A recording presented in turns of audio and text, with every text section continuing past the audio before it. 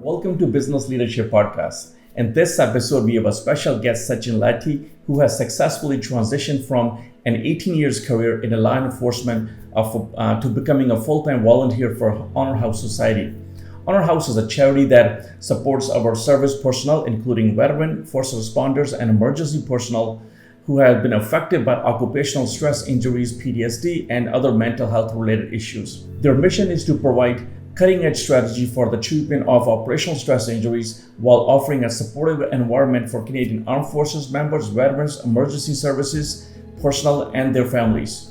Sachin has embarked on a remarkable journey to raise awareness for veteran mental health. He is currently running across Canada with the goal of raising $50,000 during his run across British Columbia this summer. In August, he will be completing the incredible feat of running 22 marathons in 22 consecutive days, which means he will be running a marathon a day. Sachin shared that running has been instrumental in managing his own mental health challenges and have become his passion for serving others. It is essential for business leaders to understand the importance of mental health. A recent survey shows that 1 in every 3 Canadians are dealing with either physical or mental health challenges. As a leader, not only you need to take care of your well-being, but you also have a responsibility to take care of others around you, your family members, your teams, and your staff. During our discussion, Sachin opens up about his personal struggles with the mental health and alcohol addictions. He discovered the healing power of running to confront his own challenges and ultimately found his true purpose in helping others. His inspiring journey serves as a reminder of an impact that one person can make in the lives of many. To support Sachin's cause and information about his mission, I will include a link to his GoFundMe page and to his website below this video. And if you find value in this conversation, don't forget to share this with your friends and stay tuned for next episode. Until that, please welcome Sachin Lati. Hi guys, welcome to Business Leadership Podcast. Today my guest is Sach Lati. Sach, I've been looking forward to this discussion. We had a pre-discussion, a week ago, and I enjoyed it. So I think you're inspiring a lot of people. You're helping a lot of people. So thank you so much for time and welcome to the podcast. Well, thank you for those kind words, and my pleasure, man. I'm super happy that we connected and that I can kind of share my story. So thank you.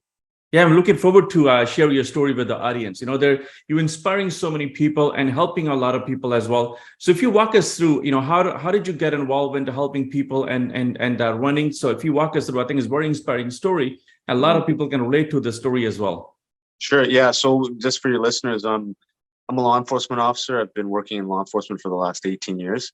At the beginning of the pandemic, a couple of years ago, I was going through some personal issues, going through a divorce, and I was struggling a lot with my mental health.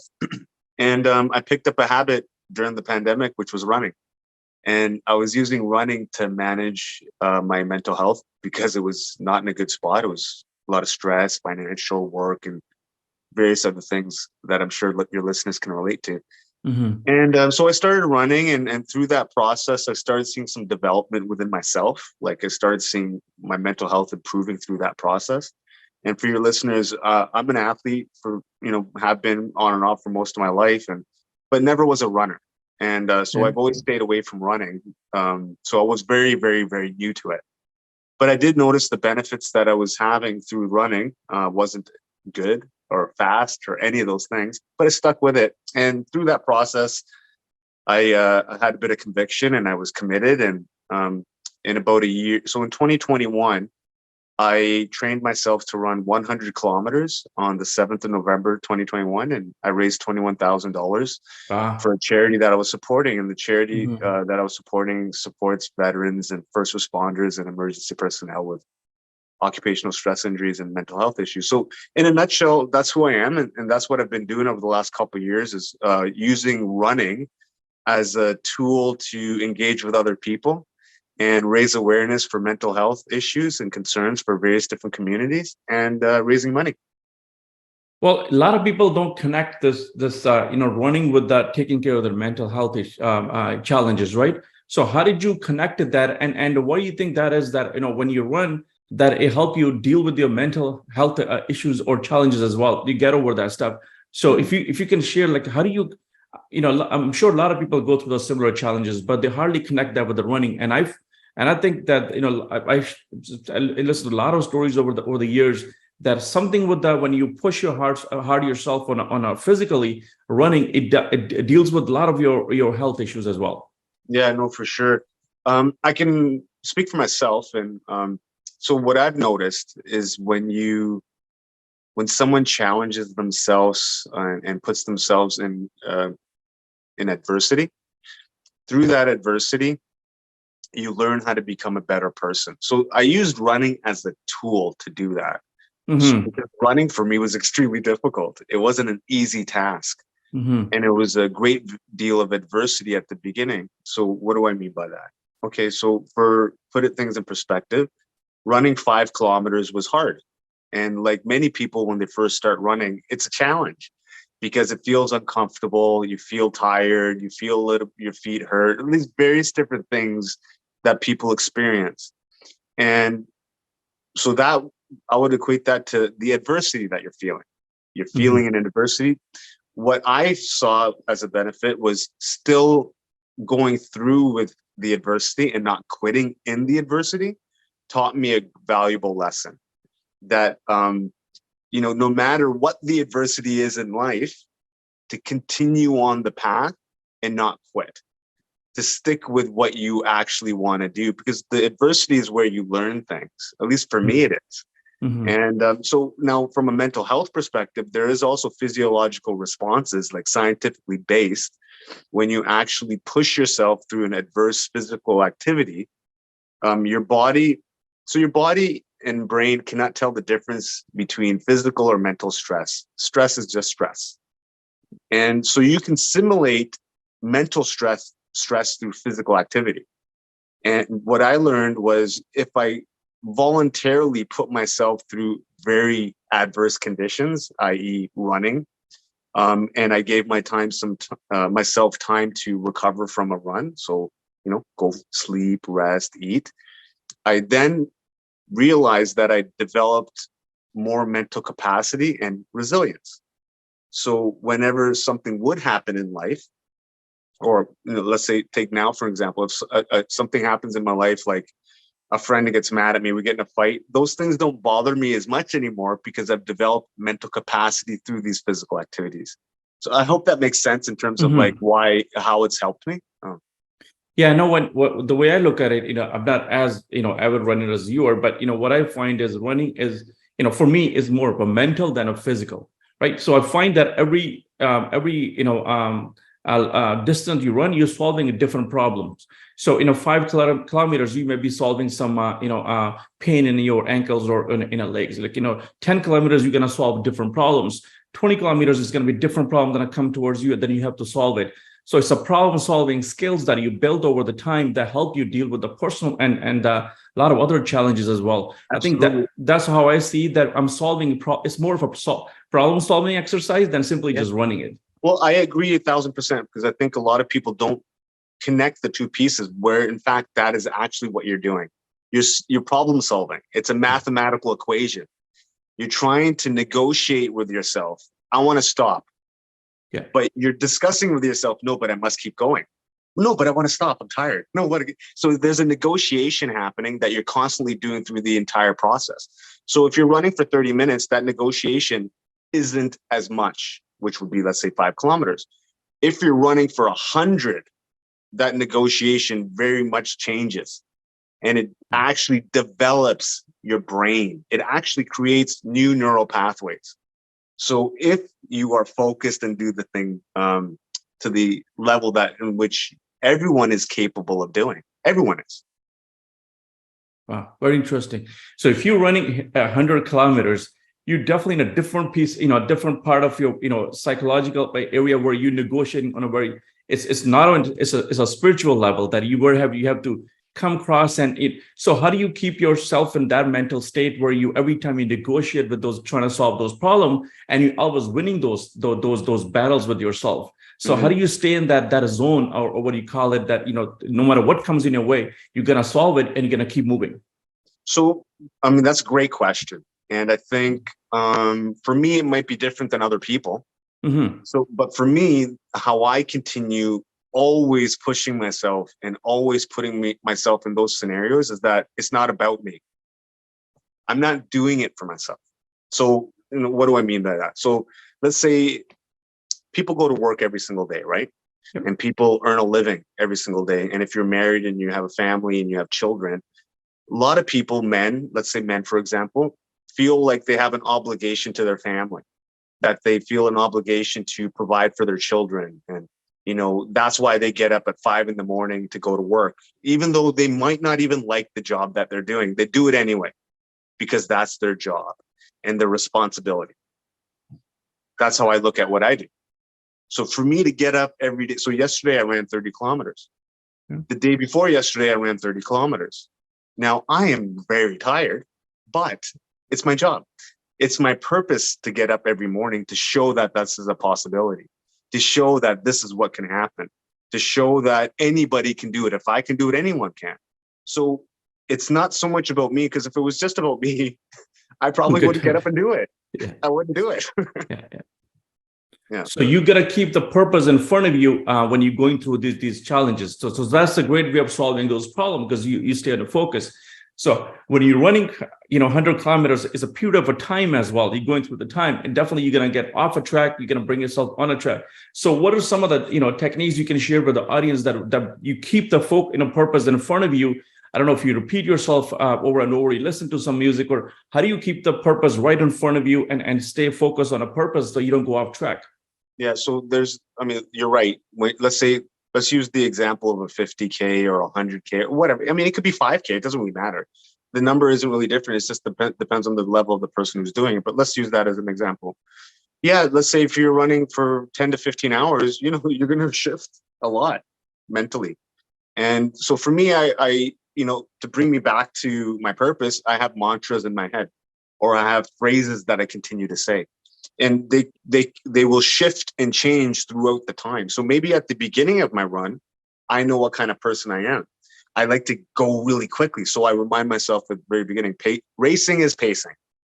Okay. Racing is pacing. Yeah. So now that might just continue, because I get excited and I want to keep moving. But that might be one thing. And then when things start getting difficult, I start bringing myself back to maybe some people that may have helped me along my journey.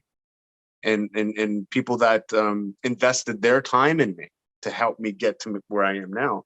Now, then I start thinking, oh, well, that's an obligation. I have a purpose here. I need to continue doing what I'm doing. I can't quit. So that might be another way of me continuing on the run. What's another method? I'll listen to music. Mm-hmm. Sometimes, depending on how long I'm in a run, I just need something to somewhat not distract me, but to put me in a flow state. In a state of mind where I'm more of in a meditative place, where I'm not really too concerned about anything that's actually happening. I'm remaining in the moment. I'm not thinking about what's going to happen 5 steps ahead or what happened 5 steps behind me. I try to find the way to actually stay in the moment, because what helps me and may help other people is when you start thinking about, you're on this long run, I'm thinking about the bed that I'm going to be sleeping in later tonight, or I'm thinking about the dessert or the pizza or whatever it is that you're going to eat. That is that hope that kind of might distract you a little bit. Sucks the energy out of you. It sucks the energy. So you're like, I've run enough. I'm good. I'm going to go have my pizza. Yeah. But if you stay in the moment, if you don't think about anything, and if you can find ways to maintain that meditative flow state, you can go for long periods of time. Now, mind you, it takes practice to get there. Over day one, you're not going to get there. For me, the way I'm talking now, 2-3 years ago, it would be very difficult for me to be, I can run 100 kilometers, no problem. It takes time, it takes discipline, and it takes consistency of effort over a period of time to be able to train your brain to be able to do things. So to become a millionaire, I'm sure you're not going to make $1 million overnight. Generally speaking, it takes time to create stuff. And to create that mental resilience requires consistent effort and constantly thinking about how to do it. Very interesting. So what I'm hearing is, I think I heard that from other athletes before as well. It's, running is like they compare running with a meditation. So, you get to the state. But what I'm hearing is a lot of internal dialogues. That's what keep you going. So you go to the places in your mind. It could be, a place where you're so angry about. Use the anger towards it. So if you had a bad experience, you go to the bad experience and use that energy towards it. So you're looking for energy wherever give you more energy. With the internal dialogues, they use that energy to push forward to finish the task. Is that what the plan is? Well, I mean, to a certain degree, yeah. But I want to touch on maybe the anger piece. Look, anger is a good fuel for a short period of time. Yeah. And I learned that through this whole process. Look, anger is very toxic. And anger, I used to use anger to fuel me to do things and to be able to accomplish things. Now, if I'm doing things alone and by myself and not for very long periods of time, I could do that. But for sustainability over years, pulling anger energy into doing something is toxic, and it doesn't last. At least in my experience, it doesn't. So I had to find other ways to be able to continue moving that was not drawing all the energy away from me, but was actually giving me more while I was doing it. So I can continuously move. So that by staying in the moment, and then while I'm running, maybe observing the things that are around me from time to time, like i.e. the ocean. Well, then maybe that gives me energy. I'm feeling the breeze hit my face, the smell that's actually in the outside. Those things I've tried to find ways to use that as fuel. And what I've actually started doing, because I'm running so much right now, that I'm trying to find additional ways to manage the pain that I'm actually feeling. Because I'm a lot of times there's pain that I feel. So what I've started trying to do, and the verdict's still out on this, I haven't really figured it out, but I've started trying to immediately, as soon as generally when people feel pain, when they're running or discomfort, they tend to stop and slow down and then continue again. I'm trying to find a way while I'm in that moment to use that feeling as fuel to keep me moving. Because if it's going to be a constant pain or discomfort, I want to see if I can utilize that to continue moving. So then what I've started trying to do is while I'm feeling that thing, it's trying to condition my brain. So like CBT, like cognitive behavioral therapy. So I try to think, okay, as soon as I feel that pain, fuel, run.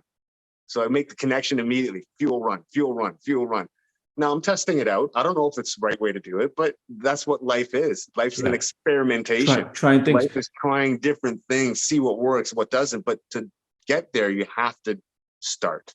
So when you're connecting the pain with the to gain energy to move forward, but doesn't it, when you trying to connect that, more you think about pain, better, it gets bigger and bigger. I know a lot of people will say, listen, don't think about pain, think about something else. So if you take a mind off of it, you won't feel it. You can push forward. So what you're saying, you connecting that with the moving forward. So more you think about it, doesn't it get bigger and bigger, the pain, the problem, or because you're getting more focus from you?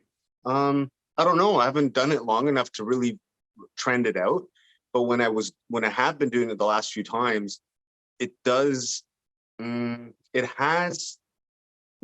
brought a desensitization to the pain. Because I'm constantly saying, like, maybe for me, maybe I'm a little bit different. Everybody's wired a little bit different, right? So. But I'm just trying to find different tools. The point of what I'm actually saying, try it out if it works for you, whatever. But all I'm saying is try different things, experiment on yourself, see what gets you moving and what doesn't. Don't find the solution to stop. That's all I'm saying. It's back to what we were talking about originally, that is a problem solving. You may solve the problem differently, I may solve it differently, but we're we all trying to solve a problem when we're running, right? So we simply sharing different ideas, different tools that people can use to solve their problems. Yeah, listen, my dad used to say to me, there's more than one way to skin a cat. Honestly, there's more than one way to do something, and there's infinite number of ways to accomplish a task. Infinite. We're talking about running, but this applies to anything. It really applies to anything in business. There's infinite ways to solve a problem. Infinite. And so whatever my aptitude is and whatever my skill sets are, I'm trying to find the best ways for me to do something. And if that if what I'm doing can, whatever I share, if that can help someone, or if someone can use maybe that and try it out. If it doesn't work for them, that's cool. But if it does, that's even cooler. So that's all I'm suggesting. Yeah. Yeah, no, but it's it's a great point, such, it's very interesting. When I'm running, I don't run as distance as you do. I run very short, 20 kilometers, 25. But when I'm running, I not only I solve, a running problem, but I also end up solving business problem at the same time, because I'm in a zone, I'm thinking about it, right? So it not only it solves it doesn't really matter what the problem is. End of the day, you're trying to solve a problem, whether it was a business problem or a personal problem, or whatever you're dealing up against. When you're in a zone of solving, your physical problem, you're going to end up solving a lot of other problems around you as well. I agree. And I think there's a valid point to be made here in terms of the meditation part. Look, it is a meditation to a degree, where if you're running for an hour and you're in a zone where you feel nothing, right? That's essentially meditation, right? And meditation is just a repeated act over and over and over again for you to find peace and calm. Well, for me, that's where I find it. If I'm running for a long period of time, because I have high levels of anxiety, and I have like really high levels of anxiety. So if I don't diminish that energy somehow, then it's constantly flowing in me. So for me, running has been a very influential tool. Like, it's been very, very helpful for me to find that calming effect. So let's say, after I run a distance, I feel nice and relaxed. I feel calm. Mm-hmm. My energy is good. And that way I interact better with other people. And, if I'm interacting better with other people, that means I can communicate better with other people. That means I can share some more information with other people, or, create a business, or whatever the things are. Yeah. For those individuals, what I would suggest is, if, you really have to do a self inventory on yourself. What are your pros? What are your cons? And be super honest, because I'm super honest with myself. I will tell you where I'm not good and where I'm okay. And if I'm lying or not, like, I'm super honest. I will hold myself accountable before anyone else. And I think having that ownership allows me to be fully aware of who I am and what things I need to focus on to improve. And that's essentially what we all are trying to do, just being the best versions of ourselves, isn't it? Got it. Yeah, definitely. You get a lot of mental clarity when you running. For me, it gives me the clarity and focus when I'm running on the meditative state. So let's talk about diet, and a big part of that is definitely you gotta eat right and definitely understand your body. You have a great understanding both nutrition wise and your bodies. Did you have to pick up this when you start running, or did you knew that before you got into running? Okay, so I had a basic, let's be honest, I've had a decent understanding of fueling my body and nutrition, but not when it comes to running. Because like any activity requires different fuel, right? So if you have a race car, you're not going to put regular diesel in it. You got to understand the vehicle that you're using and what the task is. So for me, it's been a learning process on how to properly fuel myself for the type of running I'm doing. Now, the learning curve for me is not that high, because I experiment on myself all the time. And I have a basic understanding of carbohydrates, protein, fat, electrolytes, liquid, all these kind of things. So it's super important, not just from a physical standpoint, but from a mental health standpoint, which is one of the things I advocate for all the time, is mental health and supporting proper mental health. And from that perspective, nutrition is one of the most important things to support your mental health. Nice.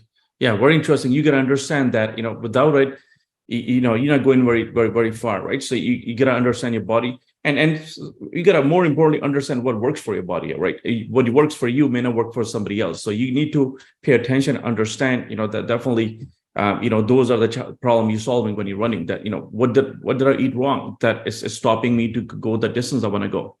Yeah, and in order to figure that out, you have to do it a ton of times. Yeah, that is only. You're not going to figure it out the first time you go for a run. Yeah. Because like you won't know. You have to do it like 100 times, and you have to trend it over a period of time to see what's effective and what isn't. And not just I mean, we can break this down even more granularly if you want.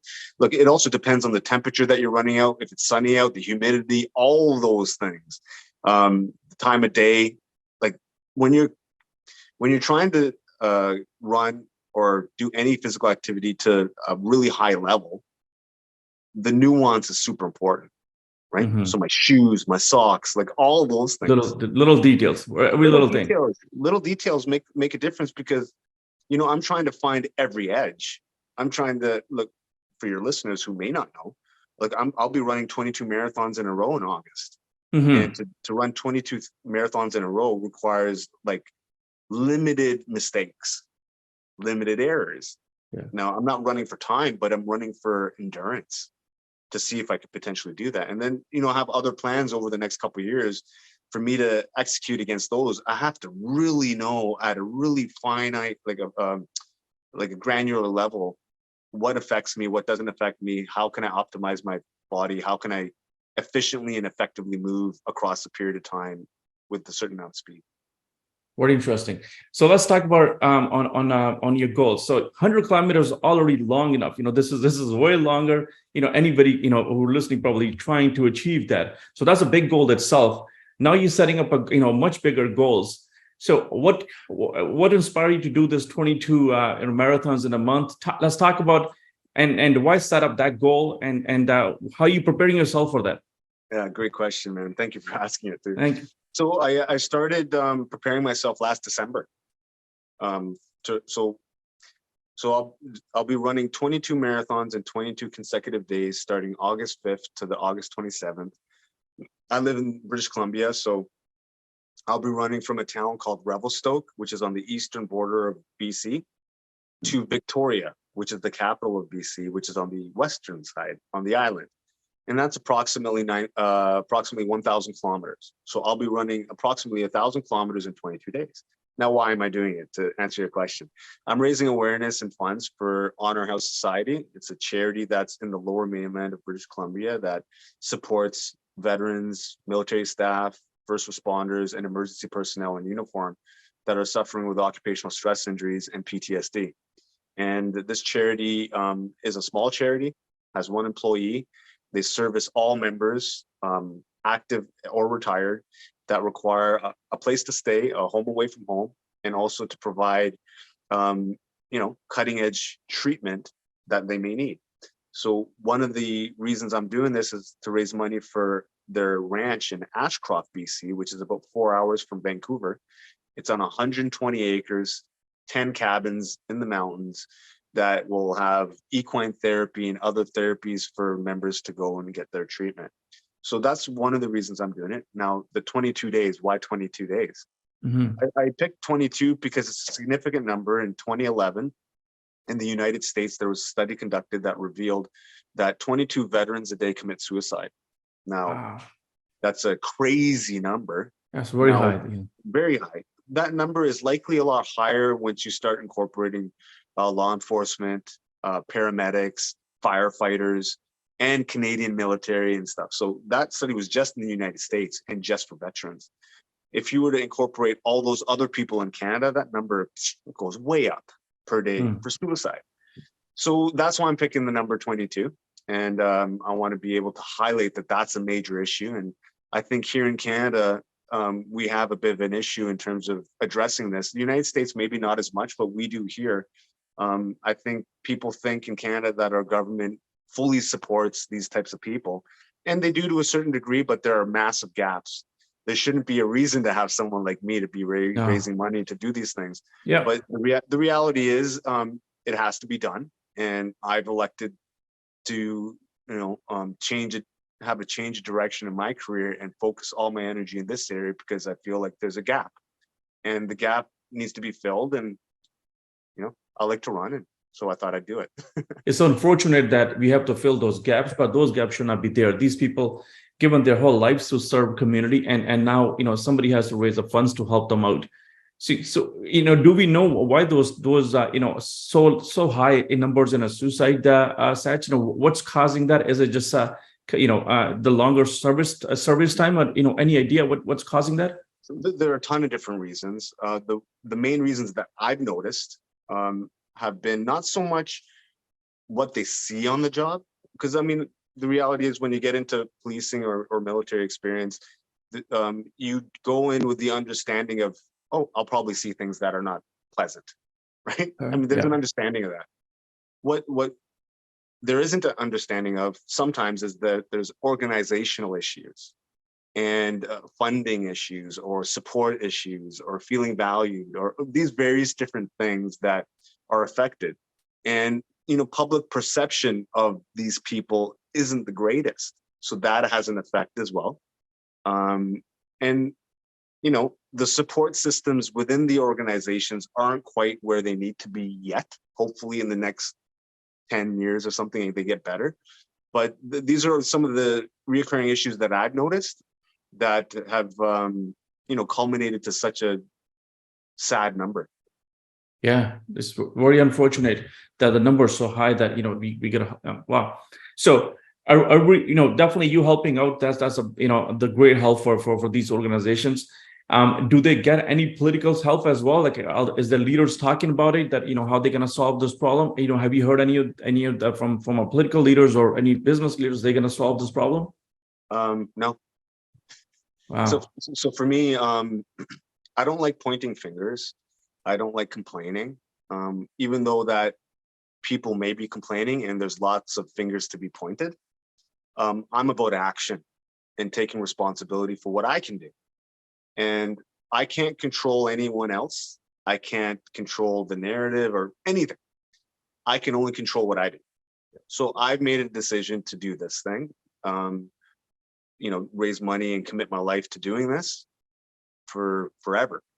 Now, if that changes, fine, but I've made a commitment and this is what I'm doing, irrespective of what politicians do, what my neighbor does, whatever. Yeah. Now, having said that, hopefully in the future, the political parties start opening up their eyes a little bit more. I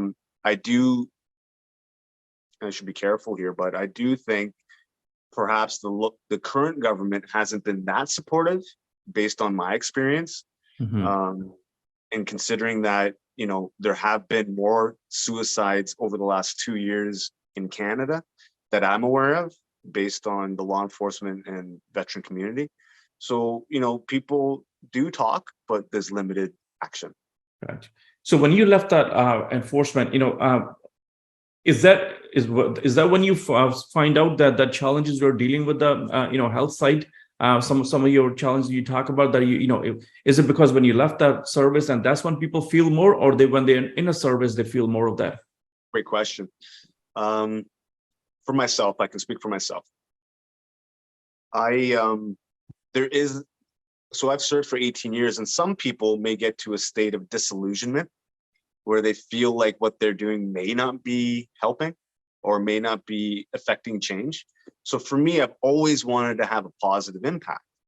And I felt like I was having none. So that made me feel disillusioned. That made me feel worthless, useless. I had no function, right? Mm-hmm. So that's what really exasperated my mental health.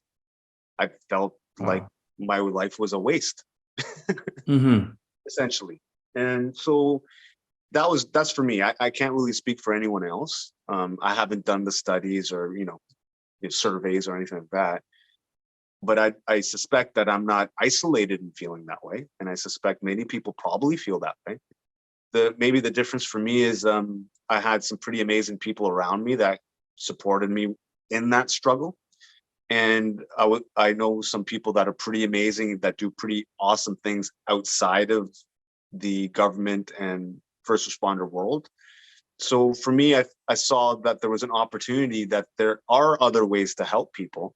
And I have my own skills that can probably help. So I just started focusing on that. Okay, look, I'm good at this couple things. Let me see what I can do with these things and see what happens. And that's kind of what I've done. Very interesting. So, I recently interviewed somebody from that industry, Omar. He builds, apps for mental health professionals. He shared the number with me. Sach was, one in every 5 Canadians these days. They're dealing with some of those mental health challenges, or they know somebody in a family who's dealing with it. And the one of the challenge we have in Canada is our staff. Is very elderly in this fields. They're looking for a retirement. They're very close to retirement at the age of 55, 60. So they're exiting workforce very, very fast, and we don't have enough people to replace them in a workforce. So there's a gap in between the in a workforce, and same time, the challenges are gone up at 1 in 5. That's a high number, and I'm sure a lot of business leaders I'm talking to, or they are dealing with the same, because they are dealing with the staff all the time. Either staff is dealing with the challenges, or at home they have a family member who's struggling with this stuff, and I know when you're in it, I heard from a couple of people, I'm not expert at this, but I heard from a couple of people, when you're in it, when you're dealing with it, when you have experiencing those challenges, it's very hard to diagnose yourself that that's what you're up against and find a way out. In your case, you mentioned you have a family support, you have people around you, but a lot of people may not have those people around them to diagnose this. Listen, you need help in this area. So, Anything you can share that you could yeah, help them no, to find out? absolutely. Those are all awesome things. I would argue that it's probably more than 1 in 5. I would probably argue it's probably more than 1 in 5, because every single person I talk to knows somebody that's affected. Either they know, every single person I talk to. And I bet if I were to talk to someone randomly on the street, if I asked them a few questions, they would probably say either they're dealing with something or their family member is. So I would argue it's higher. Yeah. Now, when we talk about mental health, that's a wide range, millions of different things you could talk about. And what are the issues and what are not the issues? So it's we got to be a little bit nuanced in how we have a discussion regarding what mental health is and how people are affected. Now, how I got help.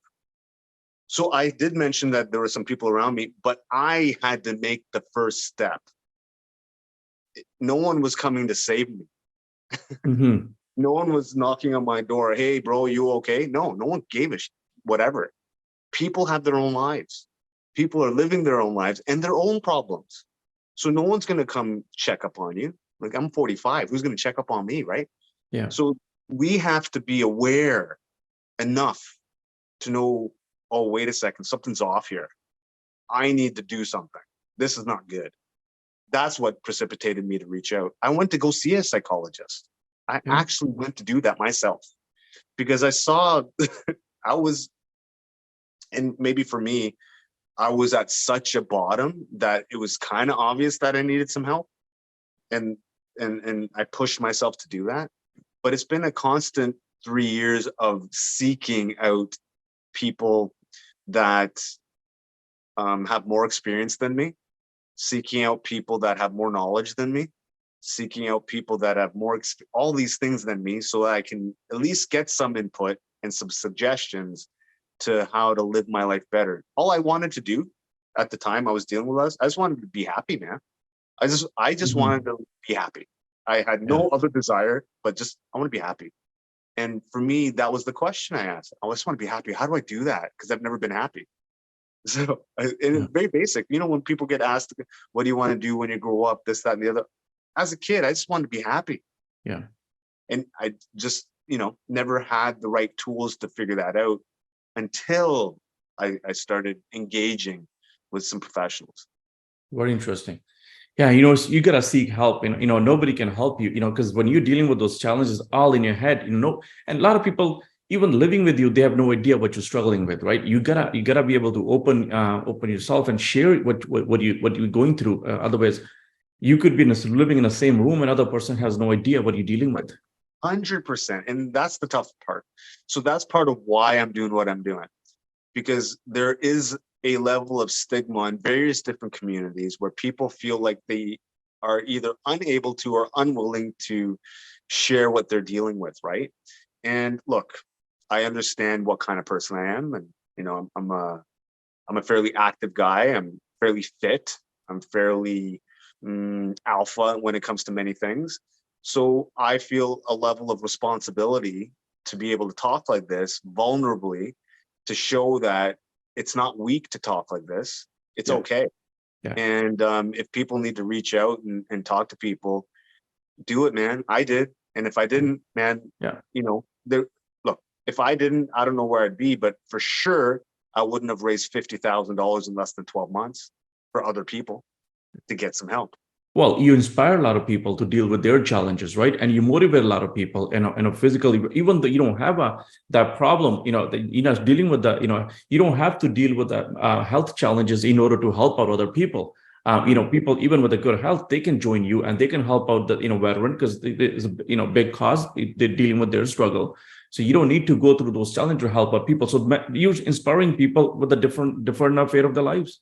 Well, I mean, I hope I am. I'm trying to just be the best version of myself. I'm just trying to do positive things. And if that inspires people, man, that's cool, man.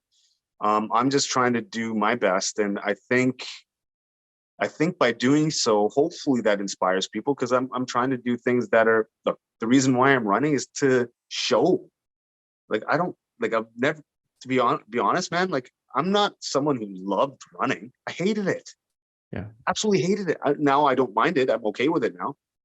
Right. But the reason why I started is because I wanted to find something that would resonate with people and that would connect with people immediately. And when you say, oh, hey, I'm running 100 kilometers, people are like, what?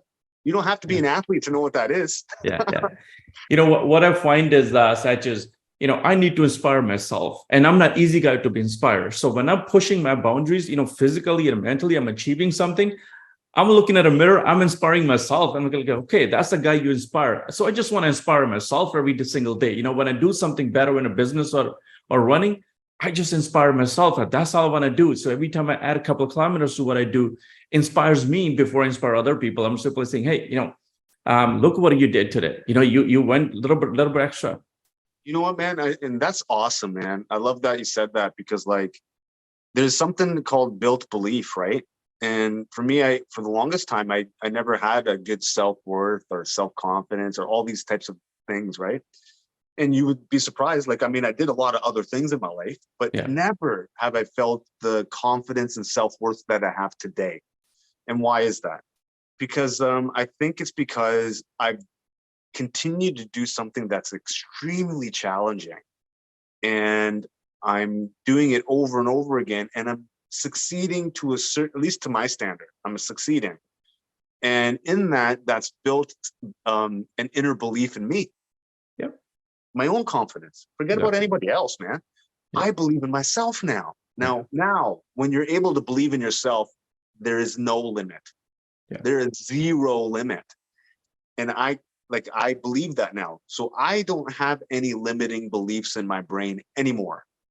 I used to all the time. I can't do that. I'm like, all these different, I can't make this kind of money. I can't do that. All these Yeah. things. Yeah. Yeah. Now, if I decide I want to do something, I know what's going to happen Yeah. because if I'm given enough time, I know I can do it because Yeah. I've done things Yeah. that are hard.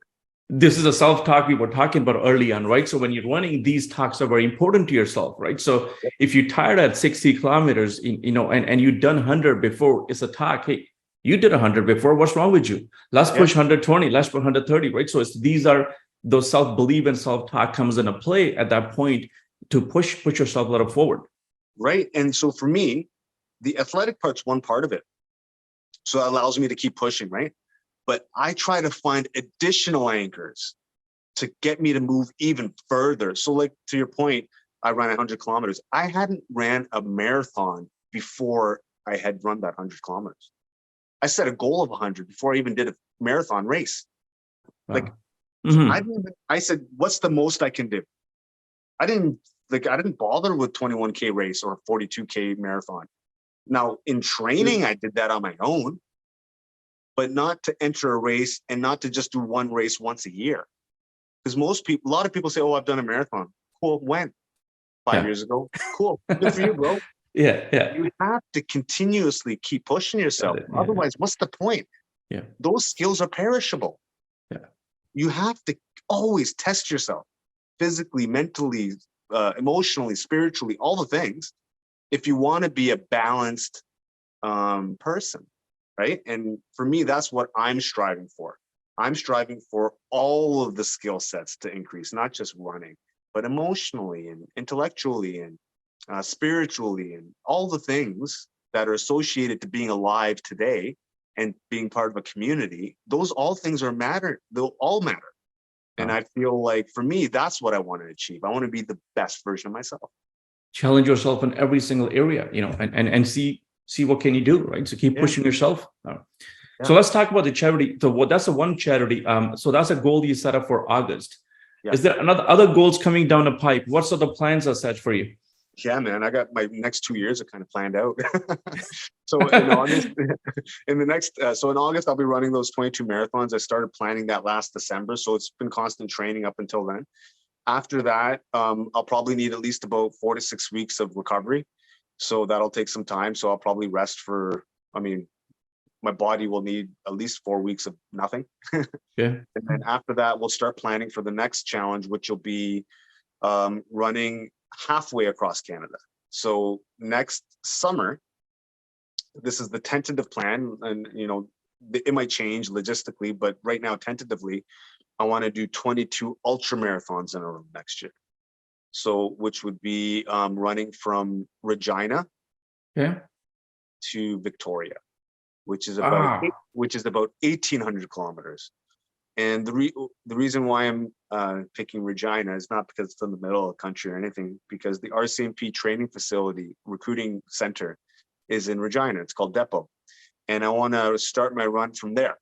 And I want to start my run at Depot and finish at Victoria. Now, I'll address like logistically how to train for that and all that good stuff. But the goal for that is to run 80K a day for 22 days next summer. And again, to raise awareness and funds for the Honor House Society, and to keep raising that awareness for those veterans and first responders and emergency personnel. And then finally, if I'm lucky enough and healthy enough to complete that one next year, my ultimate goal is to run across Canada in 2025. And really all of what I'm doing in August of this year and next year is really training for me to break the record for the fastest run across Canada. And that's what I've set my plan as. In 2020, I set a goal to run across Canada. And in 2025 is the culmination of those 5 years. So it's really been an orchestrated plan for me to figure out how to do that. And so for your listeners, running across Canada is no joke. No. And how long would it take? I'm just trying to think, okay, how big is the distance and how long would it take? So the distance, I want to do exactly what Terry Fox would have done. Terry Fox would have ran 7,300 kilometers, which would have been the total distance from St. John's, Newfoundland to Victoria in BC, 7,300 kilometers. Now, I could do that now. If I ran a marathon a day, it would take me about 6 months, something like this. Yeah. The goal is to break the record for the fastest time. And that record was set by Dave Proctor, an athlete from Calgary. And he set that record last year. And he ran 7,300 kilometers in 67 days, 10 hours. So that's approximately 105, 106 kilometers every single day for 67 days. So my goal is to do it in 66 days. That would mean in and around 108 kilometers for 66 days to run across Canada. Now that alone is a daunting task, but to add more or to illustrate how difficult that is running across Canada is the equivalent of climbing Mount Everest 7 times. So that's what the elevation gain is. Oh, I see. Okay. So the elevation gain is 7 times Everest, going up and down, up and down, up and down. So that's a challenging part, bro. This is very noteworthy. If I'm able to accomplish that, it's a huge achievement if I were able to do it, because I just started running 2 years ago, man. Yeah. So what my goal is to see how close I can get to that, because that's what the human mind and body is capable of. That's what I want to show. It's not about me again, right? I'm just a dude that just has conviction, that has commitment to the cause. So I just want to see what's possible. I don't know if I can break the record, but I sure am going to train for it. And I'm going to commit everything towards it. Now, will I be able to break the record? Honestly, I don't know.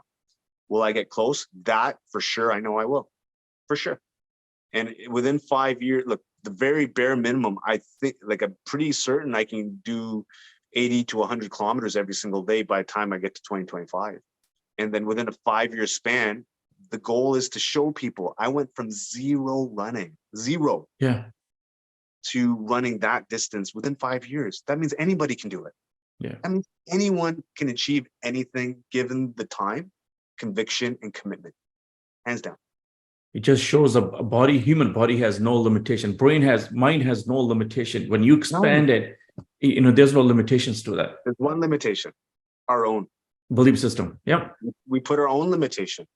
Yeah. As soon as I removed that, I was like, oh, because what happens is, like, 3 years ago, I was telling people I wanted to do this. 3 years ago, before I even started running, everyone thought I was crazy. Yeah. Everyone's like, you're not even a runner. You're a bodybuilder. What are you talking about? Yeah. Like, you haven't even ran since high school. Like, I hadn't ran since I was 18. So, what my little bit of stubborn mentality allowed me to continue driving through it. Those are good to have. That's right? good to have. So, I took, at the beginning, I took that as fuel. I'll prove you guys wrong. I'll show, right? Now it's at a point where some people are starting to believe it. Yeah. And I fully believe that I'm going to commit everything to it. I don't know if I'll beat the record, but I'll give it all I got. And through that process, we're going to raise a lot of money and raise some awareness and have some fun along the way. If you can do for 22 days, and you're hitting 100 kilometers, the goal's not that far. I have no doubts you can hit that, with no time. Well, we'll see. This year I'll be running the marathon a day for 22 days, which, I know for certain, like, I got to be careful. I don't want to sound too arrogant, right? As long as I stay healthy, those 22 marathons are happening. Like, it's done. It's a done deal. Wow. Now, I'm already done. I've already completed it in my head. I already know it's done. What the next challenge for me is running 22 ultras in a row, which would be 22 80 kilometers in a day. That's a different animal altogether. Now, if I'm able to complete that next year, then I'll be pretty confident on the cross Canada piece. Very inspiring. How about the temperature? If you're running for 60 days, I just thought of it. The temperature changes when you all over Canada. Does it make it easier? This winter a little bit cold makes it a little bit easier. You can sustain more body heat inside. Then summer makes more challenging, or is it the other way around? I'd say for me, the heat would probably present more challenges for me. I sweat a lot. That means my body core temperature runs at a higher temperature. So for me, for sure the running would be in the summertime would be more difficult. So in August, I'm running this August. It's gonna be hot. And in BC, as many people know, there's wildfire season, and August is the thick of it. Yeah. So, this is a good question, actually. In order for me to prepare myself so I don't freak out, I don't stress out, all those things, I have to simulate as much as possible what the conditions may be in the future. So if I know I'm going to run in August and I know it's going to be hot, I got to figure out ways to simulate that discomfort and simulate, what my body might feel like. And so then in those scenarios, then I have to fuel myself in the scenarios that would dictate that environment. So, when the weather's typically, sometimes I like to run in the morning when it's cooler. Well, now I'm running in the heat of the day. I'll make sure that I go out at 1 or 2 o'clock in the afternoon when it's hottest. And, when there's forest fires in the BC area, not too long ago, there was smoke out. I went outside in the heat, in the smoke, to simulate what that would feel like and to inoculate myself from that stress. Now, it doesn't make everything perfect, but at least I have a somewhat better understanding. And through that process, then I figured out, oh, wait a second, I heat up a lot more. So now I need to figure out how to cool my body down in those environments. Now, water's not going to do it only. Now, like, to give an example of how I think and how deeply I think on what I'm going to do, I'm running across the province. I'm going to now have my map and my route, and I want to find all the lakes, all the rivers, all the cold spots that after my run, I jump right in and cool my body down. Interesting. Right? Okay. Cool down my core temperature. That give you recovery as well a little bit. That's the recovery piece. And then before the run, I got to figure out ways to stay cool, right? So maybe I have an ice vest and I wear an ice vest. Or maybe I jump in the water for 20, 30 minutes to cool my body even further before I start my run. It's going to be hot anyway. So Yeah. there's multiple levels to the thing, because now if we're running for 22 days, it's not just the run one day. I got to figure out how to recover each day Yeah. and how to properly fuel myself, how to rest, how to cool down for 22 days. Look, I mean, I can run 3 marathons in a row. I've done it. I've run consecutive days, like 42K, 42K, 40. I've done that before. Mm-hmm. And you can do that with, in 3 days in a row with not a ton of considerations when it comes to heat and all that kind of stuff, because you can kind of make it work in that. But when you're talking 22 days, man, after day 7, if you're not managing your stuff, you're going to break down. No Yeah. matter There's no who room you for are. mistake. There's no room for mistake because you're No. going to suffer next day. Yeah, exactly. And then it's all mindset when you're talking about a run that long. It's really not the physical, because my body physically can do it. My body physically can. It's that the negotiations that happen in the brain. So I have to make sure that I give myself no reasons to want to quit. Make sure I sleep a lot. Make sure I eat enough. Make sure I'm fully hydrated. Make sure I get all the sodium, all the electrolytes, all the massage, this, that, blah, blah, blah, whatever it is. Yeah. And that way I set myself up for the next day so that I'm not even behind. I'm ready to go. So usually when I'm running consecutive days in a row, what I'm eating today is really to set myself up for tomorrow. Yeah. It's nothing to do with for the day, because now if you're breaking down the caloric intake, all these types of things, look, I mean, running a marathon a day for 22 days, I won't be able to replenish the food. It's just impossible. Yeah. Right. But you got to mitigate as much as you can. So that's kind of the process and the thinking that I'm in right now. Very interesting. Do you have a team around you that can support you through all that stuff? Because there's a lot of undertaking, a lot of diet-wise, recovery side. Do you have the team set up for yourself? Yeah. So, I mean, fortunate for me, I've been on this sort of journey for the last couple of years, and people have started following me, and then I've been following them, and I've been reaching out to various other people seeking guidance and support. And, I honestly, I'm very fortunate. There's a group of people that are volunteering their time to help support what I'm doing. Because like I said, I don't have unlimited funds. I have enough to pay for what I need to pay for. And these extra things like a running coach or a kinesiologist or a physiotherapist or all these other strength and conditioning coaches, I can't afford all the bells and whistles.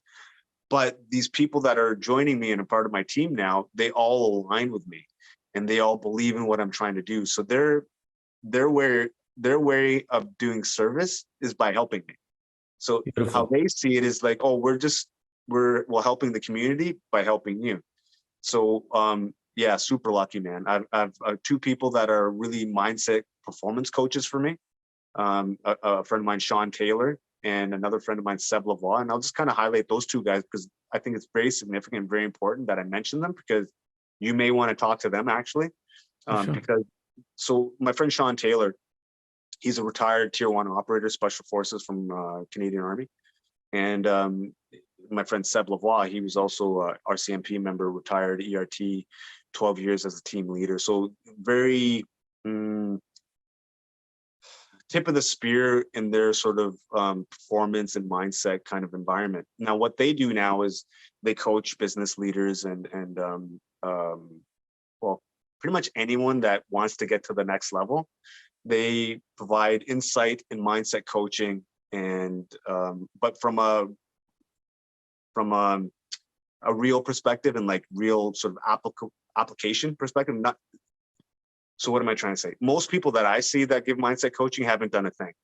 I see. So they're talking about experience and practical. Real practical experience. So you can have a mindset coach that, maybe in the business for 10 years or 5 years or whatever.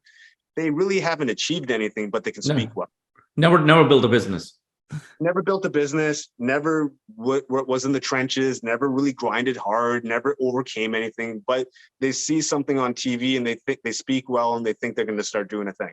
Yeah. All the power to them, whatever, no judgment. For me, I can only listen to people or get guidance from people who've done something and who've achieved something and who've achieved something for other people. So these 2 friends of mine, man, they're exceptional. They travel North America doing this for people. And so I was super fortunate to be able to connect with these guys, and they volunteer their time free. I don't have to pay because they are people from these communities and they see the value of what I'm trying to do. So without their assistance from a mindset perspective, it would have been very challenging for me. And so they volunteer their time. I have, all these other people. So it's very amazing. It's very awesome to see that Yeah, people you need really people care. around you that can inspire you, that can keep pushing you forward. It's the support system around you. That's why I ask, teams, the support system around you is a key to doing anything great, right? So you need Yeah, those and people around you. it's super important. I mean, like, I'll just share one more thing about these two Sure. guys, and we'll leave it at that. So, Jocko Willink. Have you heard of Jocko Willink? Yeah. Okay. So Jocko Willink is a Navy SEAL, Fortune 500 consultant for Yeah. leadership, this, that, and the other. Amazing. So my friend Sean Taylor and Seb Lavoie is like having Jocko Willink on speed dial. Same thing. Nice. They do the same thing. And they do the same thing for organizations and companies, and they provide all this stuff for people. So I don't know what they cost or anything. They do all these types of things, but man, I just feel so blessed and so fortunate to be able to have people like that supporting me and seeing what I do is valuable. So it just feels good.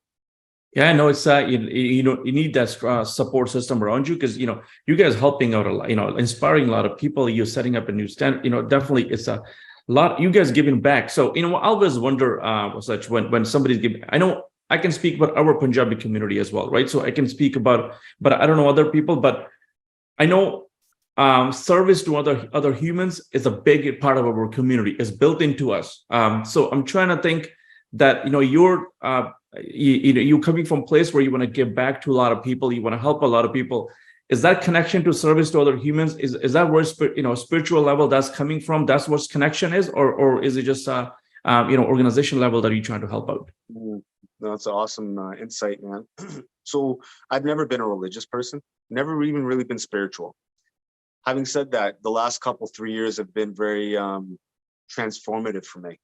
Now, I don't know if I'm religious at all, but I do have an open mind, and I do allow things to enter it. Now, for me, I grew up in a Punjabi household in a Sikh community, and in that community, there's a term called seva, and seva means selfless service. Yeah. And I would be disingenuous to say that I haven't been informed by these teachings, by my parents, by my family, by growing up in these households, that this hasn't been a reason why I'm doing now. And I have a family history of service. Like my father wasn't in the military policing. He left India at a young age to get an education, and he became a professional engineer. He's an electrical engineer.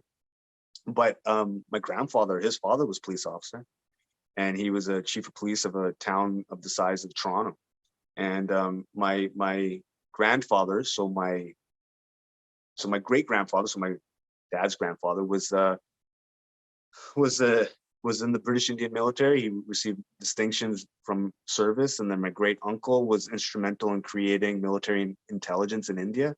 So there's been a lot of service-oriented family members. Now, that doesn't include my dad's older brother. He was also in the military. He was a colonel. My other uncles and aunts, various family members, all generals, this, that, and the other. People have served, right? And I've been around that, and I've heard stories from my father about various different ways of service from that we grew up hearing these various different stories. And over the last 3 years, I've reconnected with those, and I've been trying to find ways to give me more inspiration and more power to continue moving in the direction that I'm going, because it's very challenging. And I can harken back on some of those stories of where my father comes from, and my grandfather and my great grandfather, their experiences. And then you can go into, I don't want to go into detail because I'm not sure how many listeners would understand these things, but like you have these various different young revolutionary type of people in India that did various different things to uplift communities. So I draw a lot of strength from a lot of that. And I think it's important for anyone doing anything to know their history, because if you know your history, you can dictate what your future is going to look like. Mm-hmm. Yeah, this service to humans, other humans, to help out. I think that's a big part of it. It looks like your family, listening to, what your, families are going through. It's all service to other humans. Doesn't matter what rank you in, whether it's in the army or in a police. These are all ranks, service, and other human. And I think that's why our community is big on these both of this area, army or policing is simply it's just part of giving back to the community and servicing another humans. Well, I can't speak for the Toronto area, but I can very much speak for what I see in the lower mainland of Vancouver. And if you go to the Vancouver Police Department or like various different RCMP detachments, you'll see a large contingent of people from the Indian subcontinent, either second or third generation people that are in these jobs. I mean, it's not a coincidence. No. It's same in the Toronto area as well. You see these lot of kids are going back to that, but I think that roots that our community has, that giving back as a service to others, and we learned that. But whether we go to temples, whether our family's done it, no matter where we go, you see that around you, that people doing it, and then inspires you to help out other people as well, right? Yeah, and it's not about this person is part of a community or not. Look, it doesn't matter what community you're part of, man. As long as you're a good person and you're raising it up, man, I'm all for it. Yeah, I'm all for it. Yeah. So how could people help your cause? You're helping a lot of people. You're inspiring a lot of people in Canada, especially your next couple of years, the goals. People need to get behind you. They need to help you, support you. How could people be any support to you? How could they be part of it? Thank you for asking. So what we're looking for now moving forward, because we have a lot of large plans and a lot of things in movement, like things moving and progressing in a manner that requires some additional sort of support. And look, donations to the charity are obviously welcome for sure. But I'm thinking from a long-term perspective. What we're trying to do is have some corporate sponsors to help accomplish the goals that we're doing. So there's two sort of lines that I'm looking at. One is, individual donations to the charity, right? So that we can raise money and awareness, but also from a organizational perspective on how to continue allowing me to move the needle.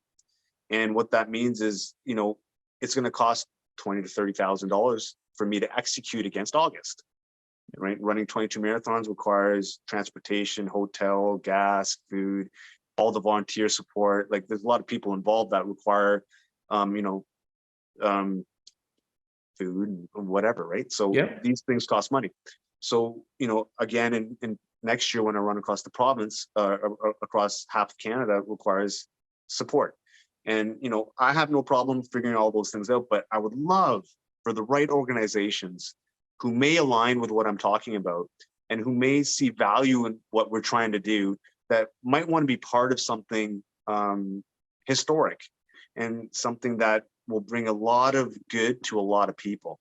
And I would love to be able to connect with an organization or a company that's willing to be a title sponsor or a corporate sponsor, whatever that looks like. I'm not, whatever that looks like. I just want people who are aligned with what we're trying to do, who see value in that, and then have a synergistic benefit, not just to what we're trying to do, but to also them. Because if an organization is willing to have a sponsorship or a corporate sponsor an event that Lululemon's also part of, it elevates that organization as well and shows that they're doing something for Canada and a community, not just for their bottom line. It inspires the employees as well, that you part of the bigger cause, right?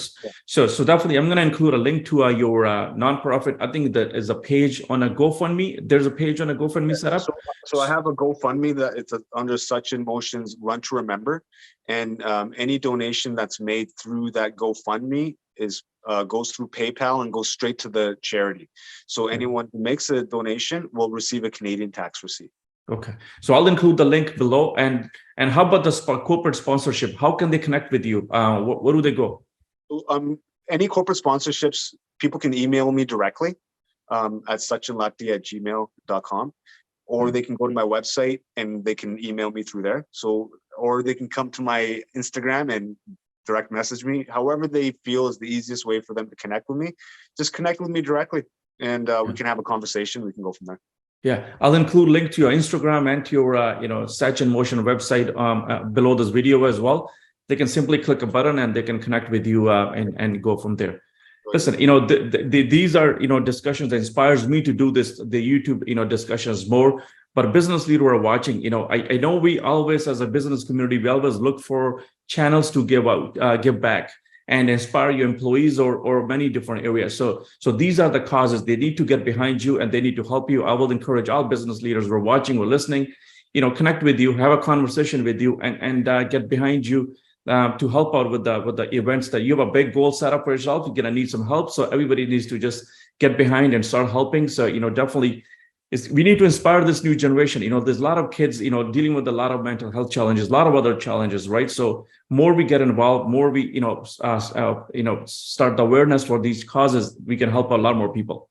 For sure. And I think, look, there's no pressure. If someone just wants to message me anyways and have a conversation, we can do that too. Yeah. And if someone wants to get to know me better before they make any commitments, absolutely, I get that. But, please do go through my information. And if you really find value in what we're trying to do, please do reach out. We could take any support and any sort of elevation anyone offers. It would be obviously greatly appreciated. Beautiful. Yeah, no, definitely. I'll include all the link below this, Sach. And listen, and thank you. I want to appreciate your time, and you've been very generous with the time with me. And I learned so much from our discussion. Inspired me definitely to do more good in the community. And it's just an inspiring discussion. Learned so much. I enjoyed it every second of it. But thank you so much for time. No, man. Thank you. I wanted to say thank you for giving me the time to talk to me, man. Like it truly is a blessing and an honor to be able to have a conversation with you and share what I'm doing. So thank you, man. Appreciate you. Hey, you look into one question I have. You look into record some of your experiences you're going to go through as you go through your goals as well, so we can share that with the community as well.